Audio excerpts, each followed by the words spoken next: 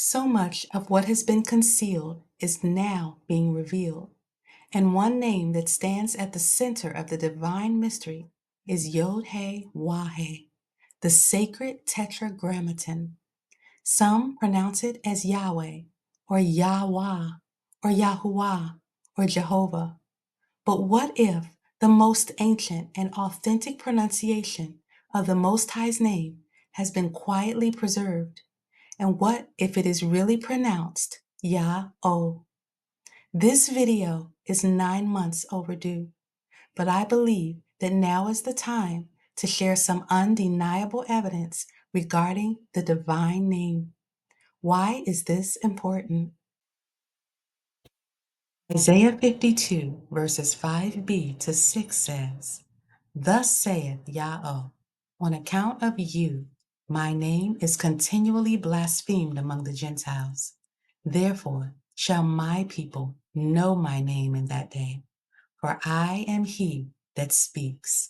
I am present." During Rehoboam's reign, the king of Judah was under attack. The attacker was Shishak, and he had a habit of documenting his invasions with historical monuments. This monument depicts Rehoboam, king of Judah, but the inscription is the big deal. This Egyptian inscription sounds out how the name of Judah is pronounced by the Hebrews, and it is pronounced Yahodeh. The sound Yah is represented by the two leaf-shaped images called reed glyphs, and the sound O is represented by the quail chick. This pronunciation was preserved across cultures. In the next picture, I'll show you something else. In this picture, you see the name Ptolemy, and the sounds are consistent. The O sound is represented by the same quail chick, and the A sound is represented by the same two leaves. No one disputes that Ptolemy is pronounced with an O sound. Neither should we dispute that Yahodah has an O sound in ancient times. So what happened to the pronunciation? Let's look at the timeline. From 1400, before the Common Era, to 1000 BCE, Israelites used the name Yah-O based on historical Egyptian transliterations. From 1000 BCE to 600 BCE, we start seeing Yahu and Yah in personal names and inscriptions such as Yirmiyahu. From 600 to 300 BCE, we see Greek transliterations rendering the name as Yah-O. But after the destruction of our temple and the scattering of our people, everything goes silent. Converts to Judaism stop pronouncing the name and begin to substitute with Adonai when reading. Next, the Christians get hold of it and start using Yahweh.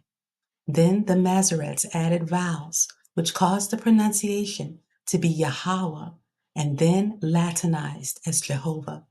But today, there is archaeologic evidence that points back to the ancient inscriptions and the pronunciation of the name of mighty Yah-O. 4 Hebrew letters, Yod-He-Wah-He, comprise the Tetragrammaton. Ancient Hebrew lacked written vowels, leaving pronunciation open to interpretation.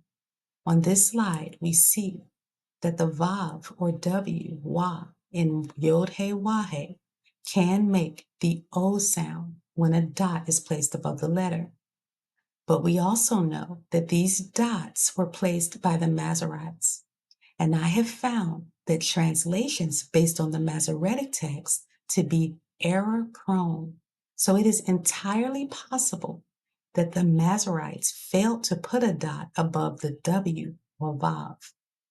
And we already know that they created made-up vowel points borrowed from the word Adonai and attached them to the Tetragrammaton, leading to the hybrid Yahweh, later Latinized as Jehovah. We know that this is made up, and we also know the true sound is O, based on the presence of the quail chick in Egyptian hieroglyphics. So we can't depend on the Masoretes to teach us how to pronounce the holy name of the Most High. I have more trust in the Septuagint, which was written by Hebrews centuries before Christianity was invented.